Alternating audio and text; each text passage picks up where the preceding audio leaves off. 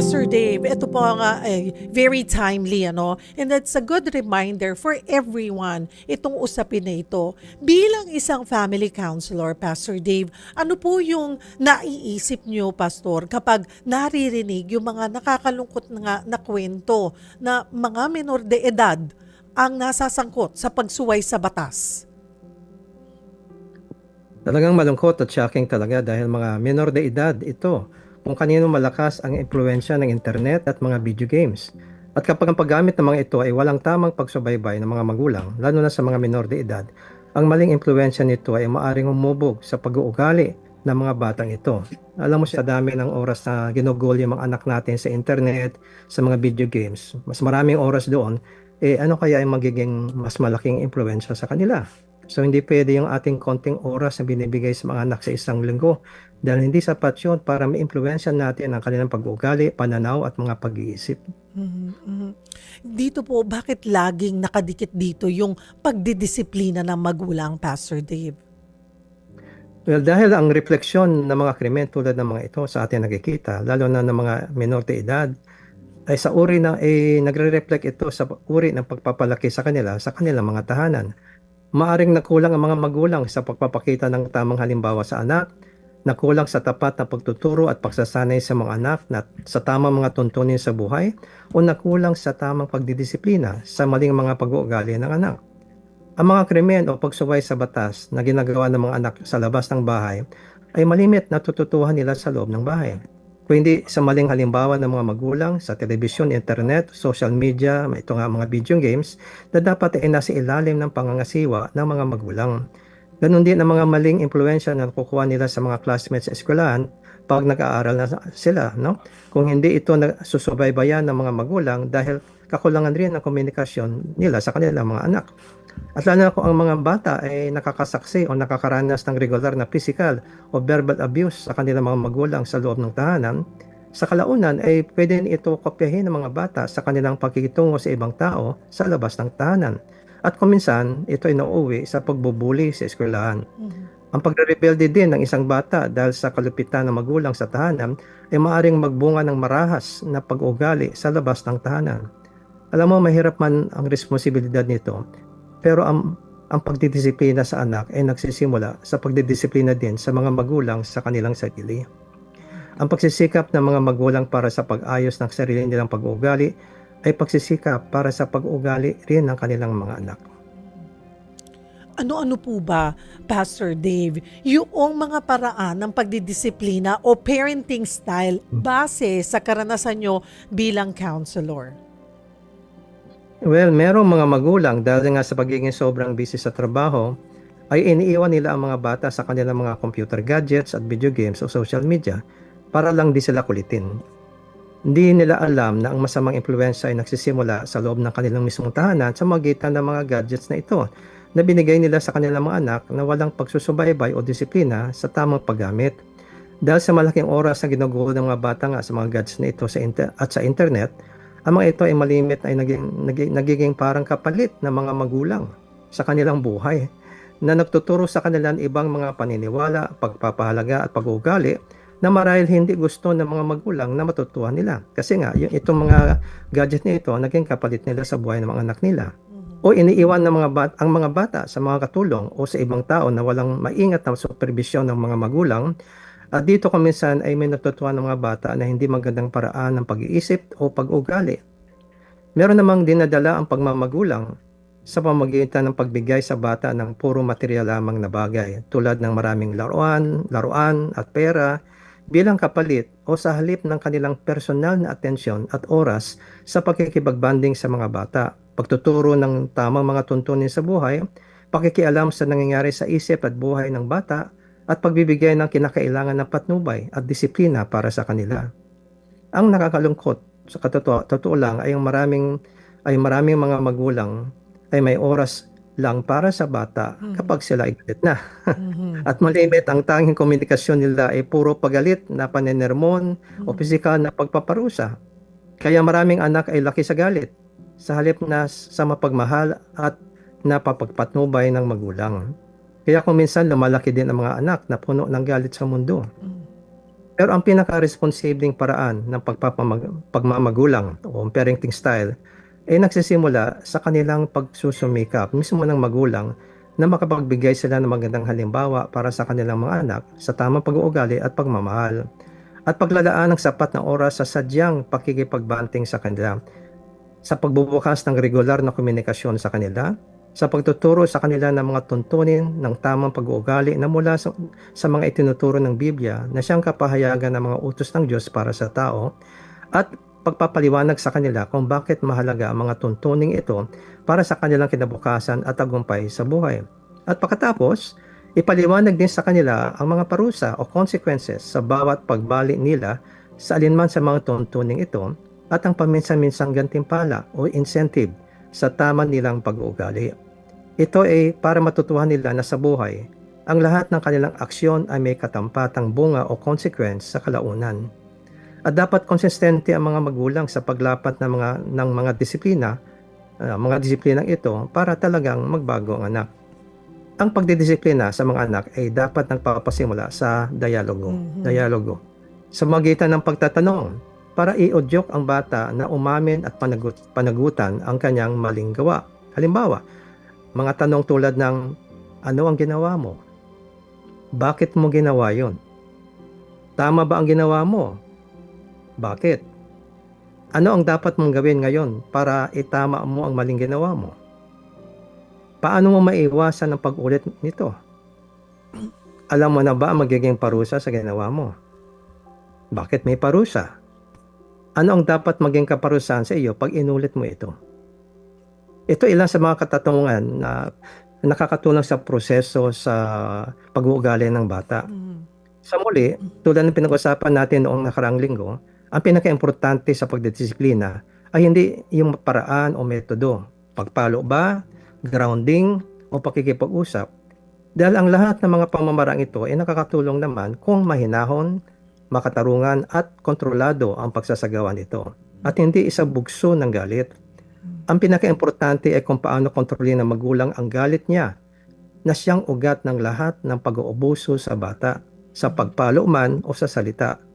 Kaya mahalaga sa lahat ang anger management muna. Yun, anger management. Base doon sa sinabi nyo, Pastor Dave, talagang napakahalaga ng komunikasyon. Hindi pwedeng puro magulang lang ang nagsasalita. Kailangan naririnig nyo kung saan nanggagaling ang inyong mga anak. Yun isang parenting style. Pero may masasabi pa tayo, Pastor Dave, na pinaka-effective na parenting style. Well, ang pagiging epektibo ng parenting style ay nagdidepende sa bunga o epekto nito sa ugali ng anak. Nagbago nga ba ugali ng anak o hindi? Dahil iba-iba ang epekto ng iba't ibang parenting style sa bawat anak. Ang maaring umubra sa isang anak ay maaring hindi umubra sa isa pang anak. Depende kasi yan malimit sa iba't ibang personalidad ng bawat anak natin. Halimbawa, napansin namin ng asawa ko nang maliit pa ang mga anak namin na ang pinakamabisang paraan para sa aming panganay na anak na babae ay hindi parusa, kundi dialogo. Pag naunawaan niya ng mabuti ang positibong dahilan kung bakit kailangan baguhin niya ang kanyang kilos o ugali, ay nagbabago naman talaga siya. Paka-intellectual kasi ang panganay namin. Sa iba naming anak, ang pagpataw ng katampatang parusa ayon sa pinagkasunduan ay mabisa dahil nagbabago nga ng ugali sila sa kalaunan.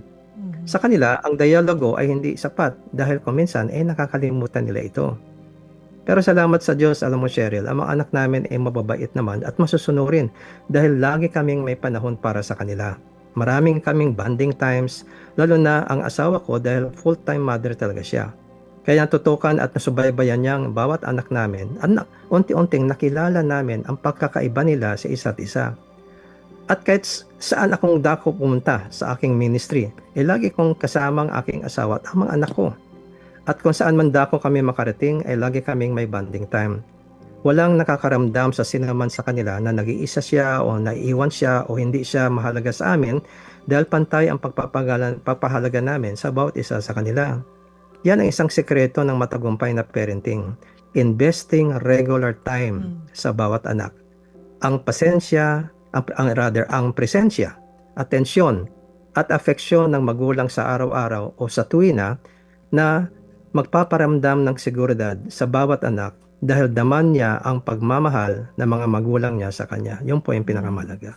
Investing regular time sa bawat anak. Napakahalaga nun, mga kapatid, na ako naririnig ko sa ilang mga magulang, Pastor Dave, meron silang kanya-kanyang date sa kanilang mga anak. Ano yun? Meron yung group date sa lahat ng anak, pero meron din silang may mga araw na talagang itong isang particular na anak lang ang i-date nila for that day. May mga ganun silang paikot time. Yes. Yung sa kapatid ko, may date yung anak nila, iisa yung anak nila pero may date day siya with the dad at saka may date time din sila ng mom. Hindi yun laging tatlo lang sila lagi magkakasama. I don't know, may mga ganun silang approach ngayon. Pero hindi natin maikakaila, Pastor Dave, na talagang ngayon hindi lang isang magulang ang nagtatrabaho. Minsan both, kinakailangan na both, no, para magkaroon ng better future yung kanila daw mga anak. So minsan, may mga ilang magulang na sa sobrang pagod na rin sa trabaho, hindi ba iwasan na maubusan ng pasensya sa mga pasaway na anak? Paano ba sila magdidisiplina ng walang galit? Hindi to agad-agad na madaling gawin, pero pwedeng simulan dahan-dahan. Paano ba, Pastor Dave? Well, una-una, kailangan ipaalala ng mga magulang sa kanilang sarili na hindi dapat magdisiplina ng bata pag sila ay masyadong pagod, stressed o galit. Dahil wala silang kontrol sa kanilang sarili pag ganoon ang kalagayan nila. Kung wala silang kontrol sa sarili o sa kanilang damdamin, paano nila makokontrol ang ugali ng kanilang anak?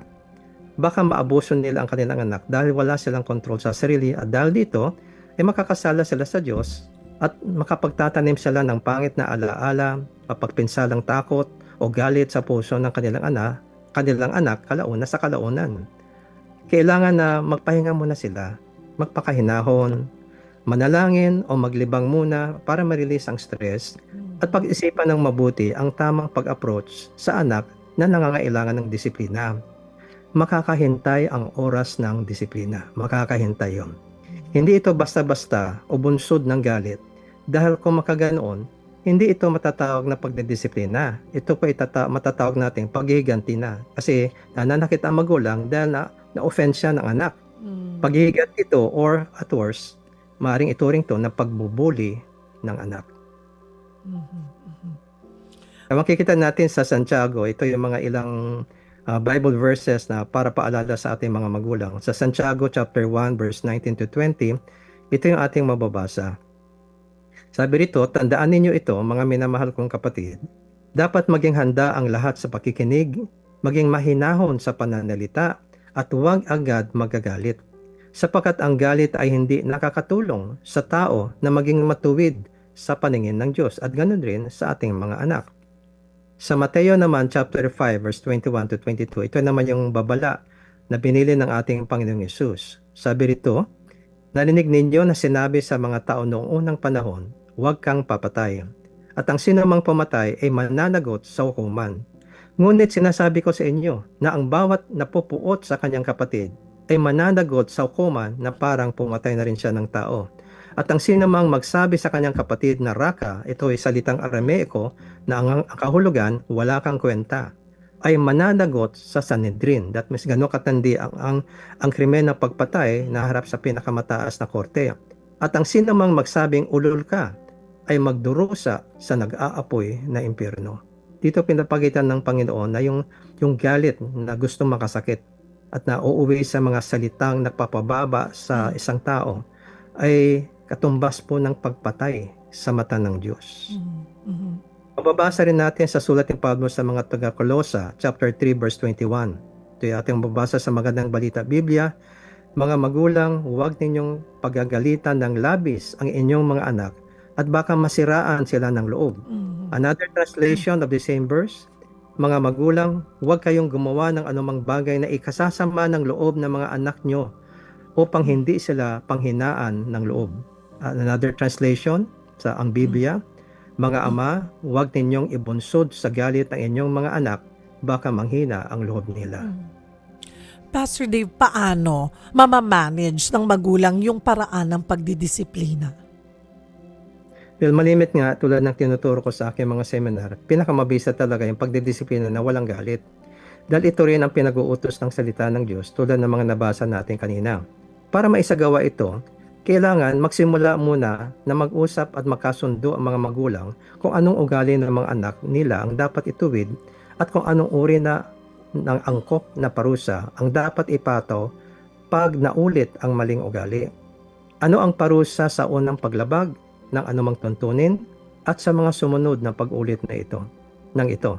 Kailangan magkaisa muna sila sa mga parusa o consequence na gagawin pag nilabag ng sinamang anak ang alinman dito. Kapag ang isang anak ay lumabag nga sa anumang tuntunin, kailangan kausapin at iproseso muna na sa mahinahon na paraan ang anak sa magitan ng paggamit ng mga tanong na nabanggit ko kanina para i-udyok anak na umamin at panagutan niya ang kanyang mga maling gawa. Pagkatapos ay mahinahon na itupad ng magulang ang parusang pinakasunduan para sa paglabag na yon. Lahat ng ito ay magagawa na walang bugso ng galit dahil alam ng magulang kung paano ipoproseso ang maling ginawa ng anak. Kalma lang siya dahil alam na niya ang dapat gawin. Malimit kaya ang magulang napapasigaw o nadadala sa galit kasi hindi niya alam kung paano i-deal yung ginawa ng bata. They don't know. Pero pag alam mo na yung dapat mong gawin, hindi ka na nagdapadala ng galit kasi alam mo na yung gagawin mo, kalmado ka lang. Yun. Pastor Dave, ano pong paalala ng Diyos sa responsibilidad ng magulang sa pagpapalaki ng kanilang mga anak? Ayan po, makikita natin sa sulat ni Pablo sa mga taga-Epeso, chapter 6, verse 4, no? Dito sa Magandang Balita Biblia, ito ating mababasa. Mga magulang, huwag ninyong ibuyo sa paghihimagsik laban sa inyong mga anak. Sa halip, palakihin ninyo sila ayon sa disiplina at aral ng Panginoon. Sa isa pang salin ng the same verse, ang salita ng Diyos, itong babasa natin. At kayo namang mga magulang, huwag kayong gumawa ng mga bagay na ikasasama ng loob ng mga anak ninyo. Sa halip, palakihin nyo sila ng may disiplina at turuan ng aral ng Panginoon. Pero hindi lang sapat kasi yung pagtuturo at yung pagdidisiplina.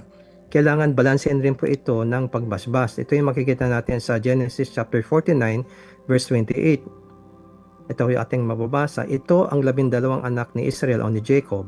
At gayon sila binasbasan ng kanilang ama ayon sa basbas na angkop sa kanila.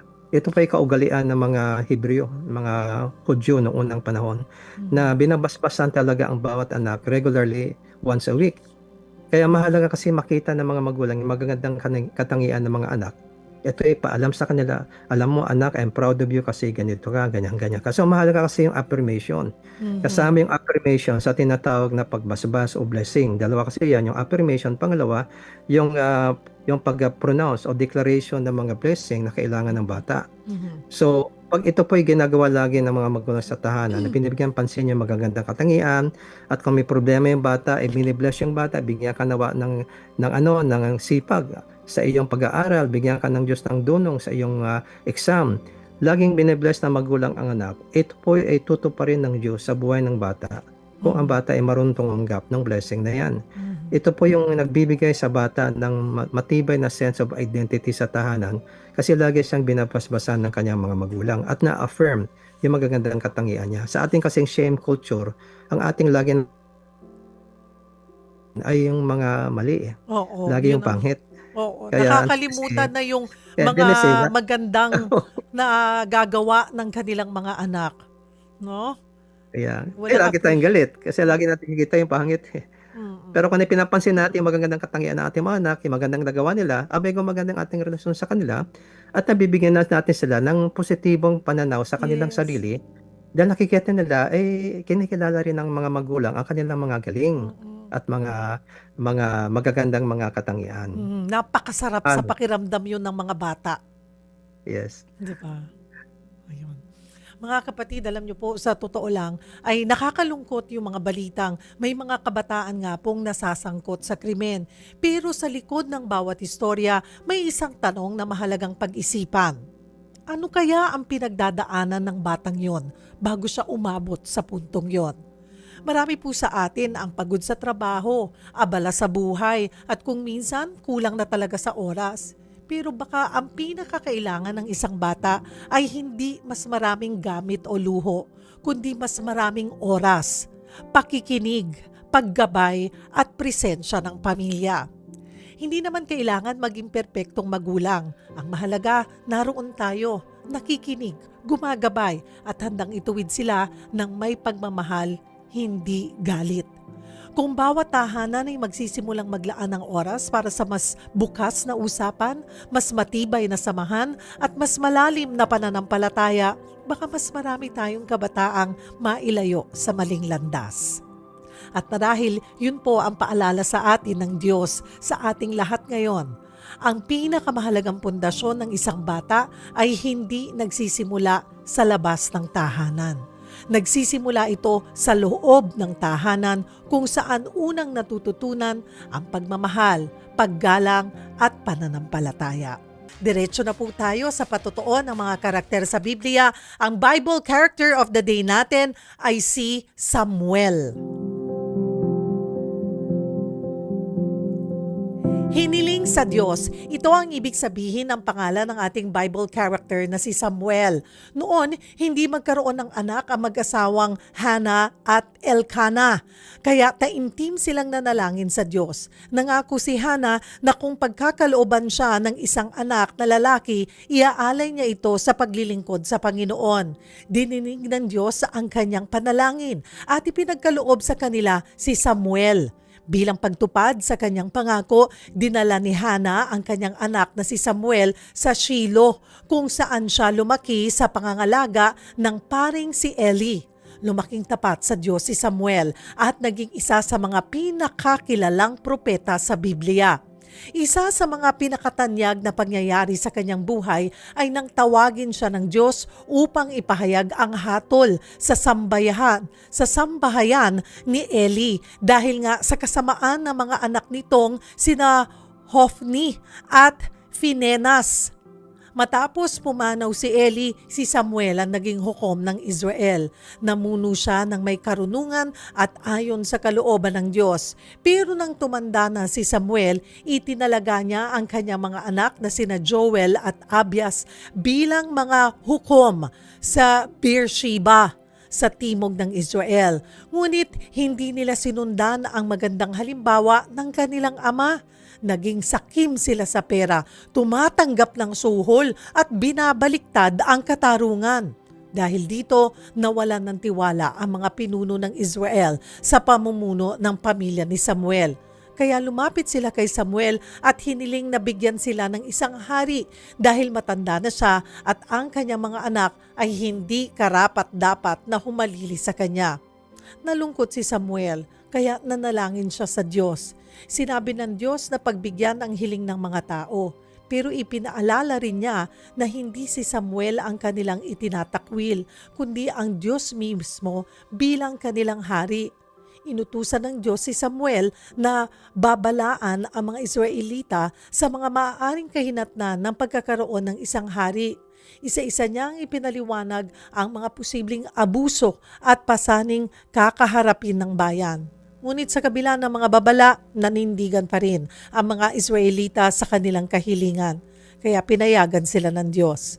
Pagkatapos nito, inutusan niya si Samuel na pahirapan si Saul bilang pahiran si Saul bilang kauna-unahang hari ng Israel. At doon, nagsimula ang panahon ng mga hari sa bayan ng Israel. Mga kapatid, bago natin ituloy ang ating discussion, ay heto na ang ating tanong sa ating Bible character of the day. Ano ang parenting style mo? Sa pagpapalaki ng anak, ano yung mas mahalaga sa'yo? Disiplina, maging magandang halimbawa, o oras? At bakit? I-post nyo po yan sa Cheryl Cosim FB page, mga kapatid. Sagutin nyo na ngayon at mamaya po ay pipili tayo ng 3 magkakamit ng gift pack mula po sa MX3. Ito, Pastor Dave, bago natin pag-usapan ang pamilya ni Samuel, ano po bang klaseng leader at hukom si Samuel? Bakit siya itinuturing na isa sa pinakadakilang propeta ng Israel? Si Samuel ay matatawag na transitional na propeta dahil siya ay naging hukom ng Israel mula sa panahon na magkakahiwalay pa ang mga tribo ng Israel patungo sa kanilang pagiging isang bansa sa ilalim ng isang monarkiya o pamumuno ng mga hari. Bago pa nagsimula ang paghirang sa mga hari, ang Israel ay nasa ilalim noon ng isang teokrasya o direktong pag-ahari ng Diyos bilang kanilang pinuno dahil sa tipanan na binuo ng Diyos sa kanila sa bundok ng Sinai sa magitan ni Moises. Dahil siya ang hari ng Israel, siya ay nagsasalita sa kanyang bayan sa pamamagitan ng kanyang mga tagapagsalita at ng panahon na yon ay si Propeta Samuel. Tulad ng ginawa niya sa pamamagitan ng unang tagapagsalita niya na si Moises, ang unang propeta ng Diyos para sa Israel. Dahil sa tungkuling ito, pinakamataas ang otoridad ni Samuel sa buong Israel bilang kinatawan at tagapagsalita ng makalangit na hari ng Israel na si Yahweh. Sa kabila po ng pagiging tapat ni Samuel sa Diyos at mahusay na leader, bakit nalihis pa rin ng landas yung kanyang mga anak na sina Joel nga at Abias? Ano yung mga aral dito para sa mga magulang? Well, may tatlong dahilan na ating makikita po sa pag-aaral ng teksto kung bakit nalihis ng landas yung dalawang anak na lalaki. Una-una, yung labis na pagkaabala ni Samuel sa ministeryo at tungkulin niya bilang hukom at propeta. Si Samuel ay naglingkod bilang isang circuit judge o hukom na naglilibot sa mga iba't ibang lugar sa Israel dahil taon-taon naglalakbay siya sa Bethel, Gilgal at Mizpah upang humatol bago umuwi siya sa kanyang tahanan sa Rama. Ang bigat ng kanyang responsibilidad sa paggabay sa buong bansa ay malamang nakumain ng labis ng kanyang oras. Ang pakawala ng pisikal na presensya sa tahanan ay maaring naging hadlang upang mabigyan niya ng sapat at intentional na pagtutok ang paghubog sa karakter ng kanyang mga anak. Ipinapakita nito na ang tagumpay sa labas ng tahanan ay hindi automatikong nangangahulugan na tagumpay rin siya sa loob ng kanyang tahanan. Pangalawang dahilan ay yung geographical at spiritual na distansya ni Samuel sa kanyang dalawang anak. Ayon sa 1 Samuel chapter 8 verse 2, itinalaga ni Samuel ang kanyang mga anak na sina Joel at Abias bilang mga hukom sa Beersheba. Ang Beersheba ay nasa dulong timog ng Israel. Napakalayo sa sentro ni Samuel na sa Rama kung saan siya naroon. Ang pagbibigay sa kanilang kapangyarihan habang sila ay malayo sa kanyang direktang pangangasiwa ay maaring nagbigay daan upang matukso silang abusuhin ang kanilang posisyon. Kapag ang kapangyarihan ay walang malapit na pananagutan o tinatawag nating accountability, wala nga kasi ang tatay na si Samuel, so wala silang accountability o kanino man, ito ay madalas ay nagresulta ng korupsyon. Pangatlong dahilan, ang personal na kalayaan at pananagutan ng mga anak. Sa huli, ang katapatan at integridad ay hindi namamana tulad ng kayamanan. Kahit gaano kapatuwid at kabuti ng isang magulang, ang bawat individual na anak pag lumaki na ay may kalayaang pumili ng sarili nilang landas. Malinaw na sinasabi sa 1 Samuel 8 verse 2-3. Ito yung ating mababasa. Joel ang pangalan ng panganay at Abias naman ang sumunod. Pareho silang namuno sa Beersheba, pero hindi sila gaya ng kanilang ama. Gahaman sila sa pera, tumatanggap ng suhol at binabaluktot ang katarungan. Ito ang naging pansarili nilang pagpipili sa pagpadala nila sa kasakaman. Bilang mga taong nasa hustong gulang, sila ang may ganap na kapanagutan sa kanilang mga naging mga desisyon at hindi na si Samuel. Kaya anong aral natin dito? Ang karanasan ni Samuel ay nagsisilbing mahalagang paalala na ang mabisang paghubog ng karakter sa mga susunod na henerasyon ay nangangailangan ng sinadya or intentional na pakikibahagi sa buhay ng mga anak. Ang tungkulin at trabaho sa labas ng tahanan, gaano man ito kabanal o kahalaga, ay hindi dapat pumalit sa pangunahing responsibilidad ng pagiging gabay sa sarili mong pamilya. Gayon din, ang presensya lamang ng mga magulang sa isang tahanan ay hindi sapat. Kailangan na sadya silang magbigay ng oras sa pakikialam, pagkaroon ng positibong komunikasyon at pagsasanay sa kanilang mga anak para mahubog ang tamang pag-uugali at pag-iisip sa mga ito. May mga nagsasabing maaaring nakaimpluwensya rin kay Samuel yung pagpapalaki sa kanya ni paring Eli, ano po, na mayroon ding mga anak na suwail. Sa palagay po ninyo, may katotohanan ba rito? Gaano kalaki ang impluwensya ng ating kinalakihan sa paraan natin ang pagpapalaki ng sarili nating pamilya? Ay malaki talaga yan, no? Sa aking counseling experience, namamana talaga yung pag-uugali ng isang henerasyon ng susunod na henerasyon. Si Samuel sa ating storya ay nahiwalay sa kanyang sariling ama na si Elkanah sa murang edad dahil siya ay hinandog sa templo at doon na siya nanirahan upang maglingkod sa Diyos kasama ng paring Eli. Lumaki siya sa ilalim ng pangangalaga ng paring Eli. Sa kasamaang palad, si Eli ay isang napigong ama. Hinayaan niyang maging tiwali at abusado ang kanyang sariling mga anak na sina Hofni at Phinehas na walang sapat na pagdidisiplina. Dahil dito, lumaki si Samuel na walang nakitang malinaw na matibay na halimbawa ng pagiging isang ama. At hindi niya nakita kung paano dapat ginagampanan ang tunay ng tungkulin ng isang ama sa loob ng pang-araw-araw na buhay ng pamilya. Ang pagpapabaya at pagkukulang ni paring Eli sa pagsusubaybay at pagdidisiplina sa kanyang dalawang anak ay siyang naging di magandang impluensya na humubog sa parenting style din ni Propeta Samuel na makikita sa kanyang kakulangan ng intentional na pagsusubaybay para sa kanyang dalawang anak dahil sa kabisihan niya sa kanyang tungkulin. At dahil sa nangyari nga po, Pastor Dave, doon sa dalawang anak, sa mga anak ni Samuel, humiling ang mga Israelita ng isang hari. So ano yung naging epekto nito sa kasaysayan ng Israel? Well, makikita natin sa Biblia, ang pamumuno ng mga hari ng Israel ay nagdulot ng malaking pagdurusa sa kanilang bayan dahil sa mga pag-aabuso ng kanilang mga hari sa kanila sa magitan ng labis na pagbubuwis at malupit na pagpapaalipin sa kanila at sa pagliligaw sa kanila sa pagsamba ng mga Diyos-Diyosan na siyang nagdulot ng mabigat na kaparusahan laban sa kanila mula sa kanilang Diyos at tunay na hari na nauwi sa tuluyang pagkawasak ng bansa sa kamay ng kanilang mga kaaway. At dito nalungkot ang Panginoon, ang Diyos, sa kahilingan na ito ng mga Israelita, hindi po ba? Pero hindi ba't siya rin naman yung pumayag na magkaroon sila ng hari? Well, habang ang katiwalian ng mga anak ni Samuel ang naging agarang dahilan ng kanilang kahilingan ng mga tao, ng mga Israelita, ipinapakita ng teksto ang isang mas malalim na issue. Nang labis na nabagabag si Samuel sa kanilang hiningi, sinabi sa kanya ng Diyos, ito yung bababasa natin sa unang Samuel chapter 8 verse 7 to 8.